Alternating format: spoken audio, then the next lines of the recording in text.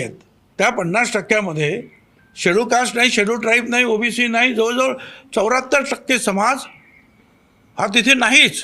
त्या 50% फक्त मोठा मराठा समाज, 2-3% असलेला ब्राह्मण समाज आणि लहान लहान समाज, एखादा जैन वगैरे असे काय असेल तर ह्या सगळ्यांवर आता पाणी सोडावं लागेल. आणि 17% असलेलं जे शिल्लक आहे त्या 374 जातींबरोबर जे आहे तुम्हाला झगडावं लागेल. त्यामुळे ठीक आहे, ओबीसीचं आरक्षण त्याला धक्का लागणार नाही असं म्हणत बॅकडोर एंट्रीनं जे आहे तुम्ही प्रयत्न करतात, येतात, पण त्याच्यामुळे तुम्ही 50% जे तुमची संधी होती ती तुम्ही गमावून बसता, हे सुद्धा तुम्हाला विसरता येणार नाही.